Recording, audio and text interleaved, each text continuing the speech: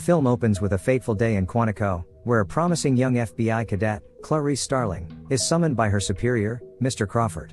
As she waits for him at his office, she studies his wall full of news article clippings and gruesome crime scene pictures of a serial killer named Buffalo Bill who the FBI is currently after. From what they gathered so far, Buffalo Bill murders overweight women and skins different parts of their bodies. Mr. Crawford assigns her the task of visiting a prison to interview an infamous psychiatrist turned cannibal, Dr. Hannibal Lecter, and hand him a questionnaire. The reason why Clarice is chosen is because she has a double degree in both criminology and psychology, which should equip her in dealing with Hannibal Lecter, who is a brilliant psychiatrist. Crawford believes Hannibal's insight could prove useful in the pursuit of Buffalo Bill. Before Clarice leaves, Mr. Crawford warns her of how manipulative Hannibal Lecter can be, and advises her not to talk about anything personal to avoid getting Hannibal in her head. At the Baltimore State Hospital for the Criminally Insane, Dr. Chilton guides Clarice to Hannibal's cell, while making suggestive remarks to her. He then begins telling her how dangerous and intelligent Hannibal is, so that whatever happens, Clarice must not touch the glass barrier.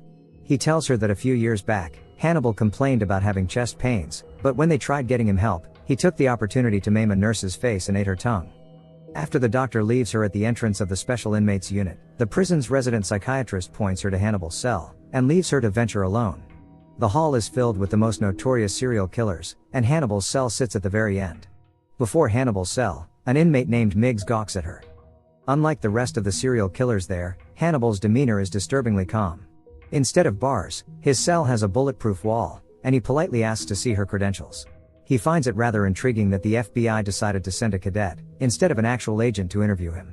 It is clear that he is extremely intelligent and has photographic memory, because he's able to draw a fully detailed view of the city of Florence just from memory. He also knows that Mr. Crawford intends to use him to understand and eventually arrest Buffalo Bill. When asked why Buffalo Bill skins his victims, Clarice says he does it to make trophies, like most serial killers. But Hannibal the cannibal denies keeping trophies, and Clarice counters that it's clear because he ate his victims. He then asks her to pass him the questionnaire. Although initially pleasant and courteous, Lecter is unimpressed with the questionnaire and grows impatient with Clarice's attempts at analyzing him. He expresses this by berating her and making disturbingly accurate assumptions about her background, which is that she's a hillbilly who came from a poor family. Shocked, Clarice responds that Hannibal should look at himself with that kind of accuracy, and taunts Hannibal that maybe he's too afraid to. Offended again, he tells her that the last time somebody tried giving him a questionnaire, he ate their liver out. And with that, he tells her to leave. When she gets up and starts pacing the hall, one of the inmates, Miggs, suddenly flings his semen at her, which draws Hannibal's attention, so he yells at her to come back. He tells her that he can't stand the thought of her having to deal with such indecency, so he's giving her another chance to interview him under this condition. Look within yourself, and track down my old patient, Ms. Moffett. As she heads back to her car, she breaks down in tears from the experience, and comforts herself by reminiscing about a childhood memory of welcoming her sheriff father home. The following days go by normally for her as an FBI Academy student, only now she spends study hall researching about Hannibal Lecter.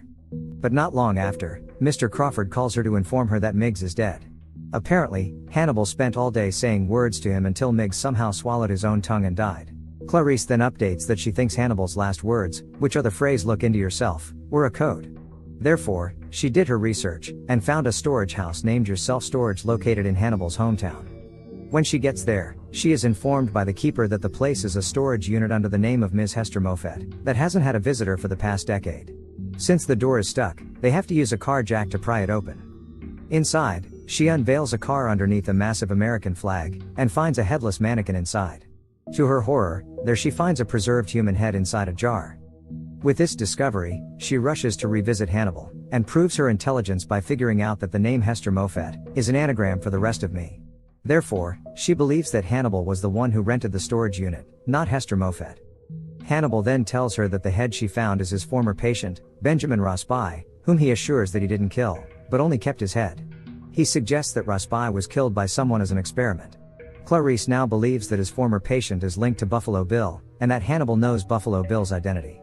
Hannibal finally offers a psychological profile of Buffalo Bill in exchange for better facilities, where he can view trees out of an open window, and be far from the rude Chilton.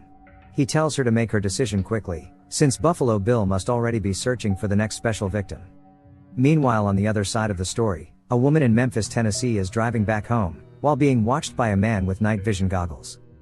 The woman just arrived home when she notices a man with a cast on his arm, struggling to lift a couch into his van. She decides to help him out of sympathy, and hops into the truck to position the chair inside. Get in the truck and I want to push it all the way up. Yeah, push it all the way there. After strangely asking her if her clothes are a size 14, he hits her unconscious. He checks the size of her coat, happy to see that she's a size 14. He then slices her blouse, and drives off with satisfaction after discarding the blouse on the ground. On the next day, Clarice is summoned out of her training to accompany Mr. Crawford investigating a recently discovered dead body of a woman in Virginia. On their way there, Crawford shows her another Buffalo Bill's victim's body he found a few weeks ago, whose back had been skinned. Apparently, Buffalo Bill kept her hostage for 3 days without raping her before he shot, skinned, and dumped her body. They find the local sheriff at the morgue of a local funeral home, where a funeral service is taking place just in the other room. Clarice looks into the funeral ceremony, causing her to briefly have a flashback of attending her father's funeral. After asking the local police to leave, the FBI unzips the body bag in front of them and begin to examine it. Without taking long at all, Clarice is able to point out that the victim must be taken from out of town, because her accessories and makeup don't look like that of a local. Not only that, the dirt under her broken fingernails shows she crawled to escape. And lastly, she discovers that a cocoon has been tucked inside her throat. They discover that this one is also missing the skin in 2 large diamond-shaped sections in her buttock area. Up next, Clarice takes the cocoon she discovered for her biologist friends to study, and they reveal to her that it's a death's head moth, a species exclusive to Asia. Based on the state of the moth, they also conclude that someone specifically raised them in this area. At the same time, we are finally shown a view of Buffalo Bill's house, where he keeps several insect terrariums, and is sewing in his birthday suit. A woman's scream for help can be heard from inside a well in the other room. On the next day, Clarice overhears a news coverage on the kidnapping of the woman we saw in the previous scene. Her name is Catherine Martin, who as it turns out is the United States Senator's daughter. They also watch the senator deliver a heartfelt message to Buffalo Bill, begging him to show compassion and let her daughter go. With this kidnapping, the US government is now putting Catherine's rescue in priority, so they send Clarice for another chat with Hannibal Lecter. This time taking with her a series of charming offers if Lecter could help catch Buffalo Bill. This offer includes relocating him to a nursing home with a view, and an annual supervised week-long vacation to Plum Island.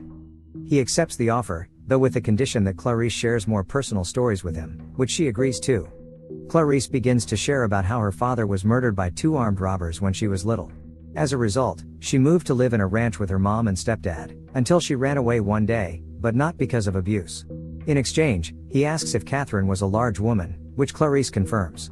She informs him about the moth they found in the previous body, and reveals they found the same cocoon in Rasbai's head. Hannibal tells her that a moth represents transformation, and based on the fact that Buffalo Bill has been skinning his victims, he is preparing for a transformation of his own. Hannibal believes Buffalo Bill was abused as a child, causing him to hate his own identity and think of himself as transgender, though he is actually not. Another hint from Hannibal is that he's convinced that Bill must have tried to sign up for gender reassignment surgery at all 3 major sex reassignment clinics there, but was rejected due to his twisted mindset. Unbeknownst to them, Dr. Chilton, who is jealous that the federal government sent for Clarice instead of him, is eavesdropping on their conversation. On the next scene, Buffalo Bill is forcing his victim Catherine to rub lotion all over her skin, and threatens to hose her down if she says no. She cries and begs for him to let her go, but of course he doesn't listen. Bill lowers a lighted basket to retrieve the lotion, which lets Catherine see the bloody claw marks on the wall. The poor Catherine only screams all the more, while he only makes fun of her. After Clarice leaves, Chilton puts Hannibal on heavy restraint, and mocks him, saying that he just discovered that the offer Clarice presented him was fake. Not only that, Hannibal is being transferred to another prison in Tennessee. During this interaction, Hannibal secretly keeps eyeing Chilton's pen. A convoy of police officers escort Hannibal on his flight to Tennessee, and when they get off, Chilton couldn't find his pen but makes no big deal of it. They proceed to will Hannibal Lecter to face the senator, who now gives him a real offer in exchange for her daughter's safe return. And so, Hannibal informs her Buffalo Bill's age and physical description, as well as where he possibly lives. Hannibal claims to know all this because Buffalo Bill's boyfriend, Rasbai, used to be his patient until Buffalo Bill killed him. Afterwards, we see Clarice rush into Tennessee's courthouse to visit Hannibal Lecter. Despite the fact that she lied, he still entertains a conversation with her and begins to vaguely talk about how people kill because of envy, and what they envy is what they see every day. But other than that, he refuses to share more until she elaborates more of her story on why she ran away from the ranch as a child. Clarice then reveals that she ran one early morning after hearing screams. She went to the barn and saw the lambs screaming as they were being slaughtered, and tried to free them but they wouldn't run. So instead, She took one lamb and ran away with it, wanting to save one life at least. She tries to escape, but being caught and sent back to the orphanage. This statement symbolizes her desire to do good and save the innocent, and Lecter emotionally thanks her for sharing the memory. But before he manages to say his piece to help her, the jealous Chilton arrives to escort her out, because he wants to be the only one credited for handling Hannibal. For some reason, Hannibal seems determined to hand her back her case files, and she takes it eagerly. Later that evening, it is now Hannibal's dinner time. Hannibal demands an extra meal of extra rare lamb chops, much to the annoyance of his guards. They begin with cuffing him to the cage bars for safety measure. But unbeknownst to them, Hannibal has been tucking in a pen's tip inside his mouth this whole time, and uses it to uncuff himself. When one of the cops kneels to retrieve his tray, he suddenly cuffs him to the cage, and takes a bite out of the other's mouth, before finishing off the handcuffed cop by beating him bloody. Soon after, the police officers downstairs notice the elevator indicator move to the 5th floor, although no one is currently authorized to go there, followed by a series of gunshots. The elevator then moves again and stops at the 3rd floor, prompting several officers to head up there. Upon arriving, they discover Hannibal's cell open, and a disemboweled body of an officer on display. Meanwhile, the other one's face had been horribly lacerated, but he's miraculously still breathing.